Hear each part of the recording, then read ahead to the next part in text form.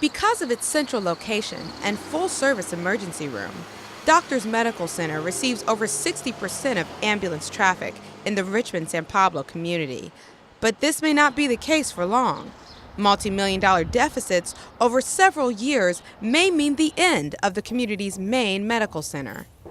It's coming down to the wire now. If nothing changes regarding our finances, we will have to close the hospital before the end of this year. Richmond is an economically strained community that is dependent on Doctors Medical Center for its healthcare needs. It would be a calamity for the hospital to close. Dr. Sharon Drager has been working at Doctors Medical for over a decade. It would mean ultimately the elimination of a medical community here. This area would become a medical desert. Doctors Medical is a public district hospital that is not affiliated with a larger partner like Sutter. For years, the hospital has struggled financially and faced possible closure. There have been times in the past when the hospital has had its back up against the wall, but there were some solutions that aren't available now. So we really are out of options. We have to come up with our own solution at this point. However, the hospital does have one last hope, in the form of what is called a parcel tax, a kind of property tax.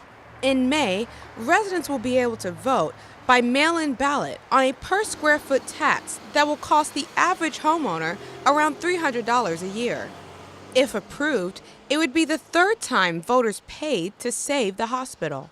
This is Contra Costa Regional Medical Center in Martinez, California.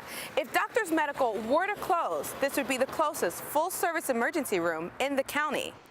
This facility sits about 16 miles east of Doctors Medical Center. It could take ambulances up to 25 minutes to get here. That could be life-threatening for residents of the Richmond-San Pablo community. If someone has an emergency, like a heart attack or stroke, they will have to go be transported a long distance to get the appropriate care. Even for routine things, they will have to leave their community to be taken care of. Without Doctors Medical, residents could go to nearby Kaiser in Richmond. But according to a city report, patients could expect waiting times of up to 12 hours. Even if voters approve the parcel tax, it will only be a Band-Aid for a long-term chronic condition. Without that parcel tax being passed, we look at closing within the year, and we certainly won't be able to find a partner, which is really the long-term goal of our hospital.